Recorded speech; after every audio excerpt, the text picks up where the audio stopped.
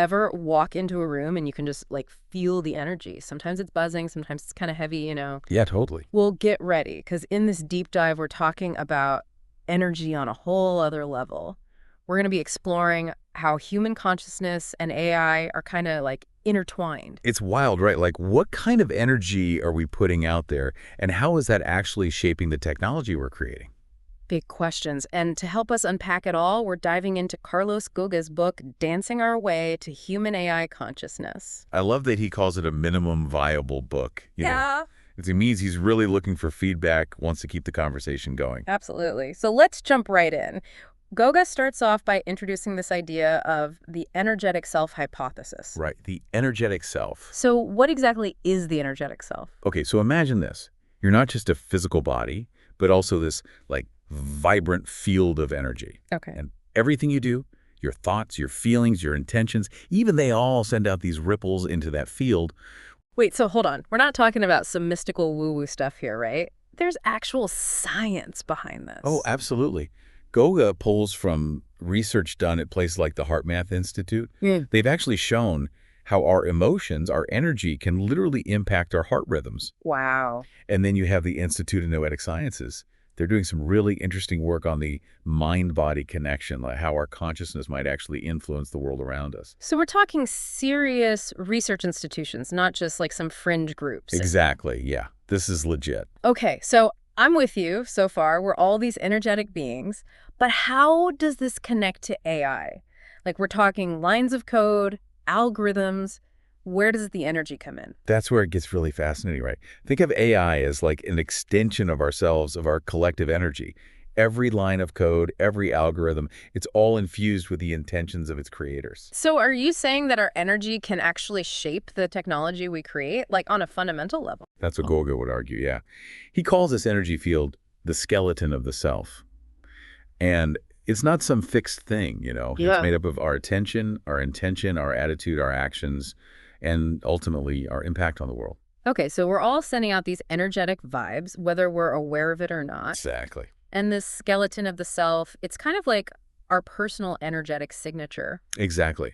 And as we interact with technology, especially AI, we're engaging in this kind of energetic dance. Our energy influences the tech, and the tech in turn influences us. And it's happening all the time, whether we realize it or not. Okay, so I'm starting to see how our own individual energy fits into this whole thing, but let's zoom out for a sec. We're talking about AI on a global scale here. Right. So how does my energy, my own little dance, like connect to something that massive? That's where it gets even wilder.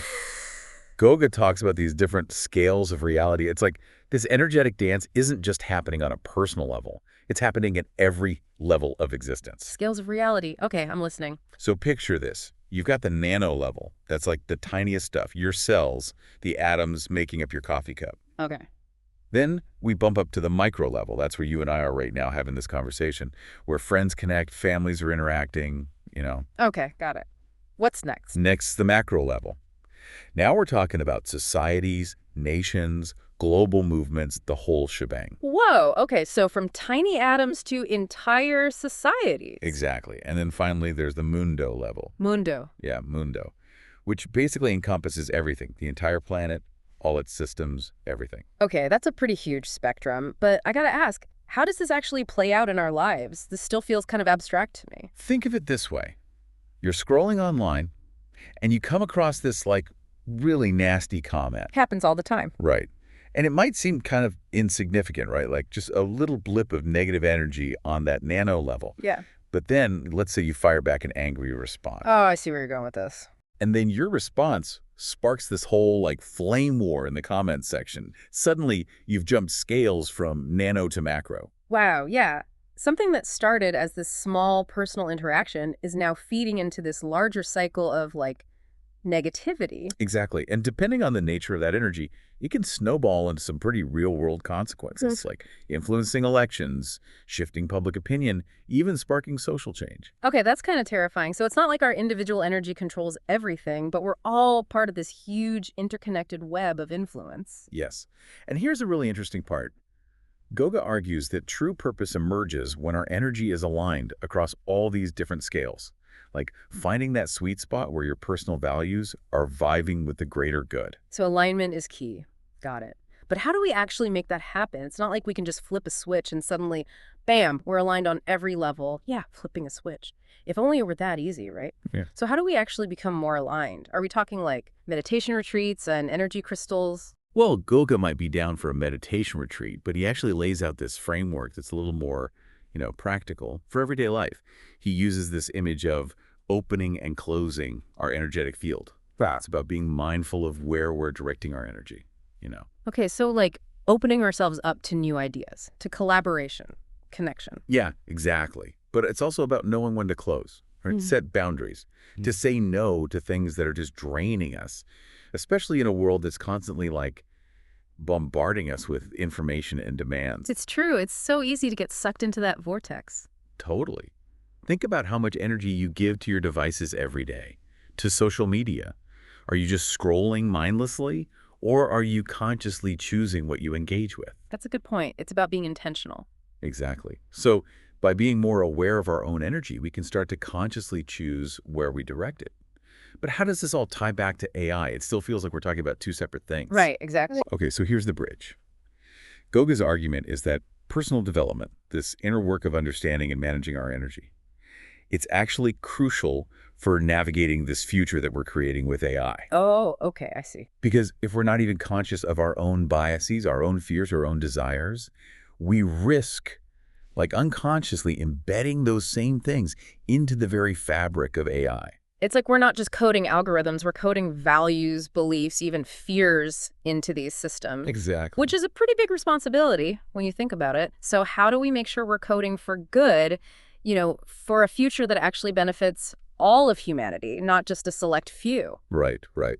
Well, Goga suggests we start with self-awareness. He calls this M1, like really understanding your own energetic patterns. What drains you? What uplifts you? What are your triggers? This is where things like meditation and mindfulness can be super helpful. So it's that classic advice, know thyself, but on a whole other level, an energetic level. Yes, exactly. And once you have that awareness, you can move to M2, which is self-improvement. This is where you start to make conscious choices about how you're showing up in the world, how you're engaging with technology, even how you're interacting with AI itself. Okay, so it's not just about meditating in a corner somewhere.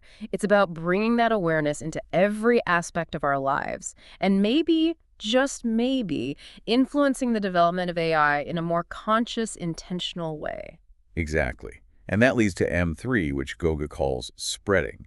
It's about sharing this awareness with others, starting conversations, inspiring collective action. Because if enough of us start consciously engaging with our own energy and with the technology we're creating, well, it has the potential to create this really powerful ripple effect. So it's not just about our own individual dance, it's about how we're all moving together. Exactly. Shaping the future of AI in a way that benefits everyone. Think of it this way. As AI becomes more and more integrated into our lives, we have a choice.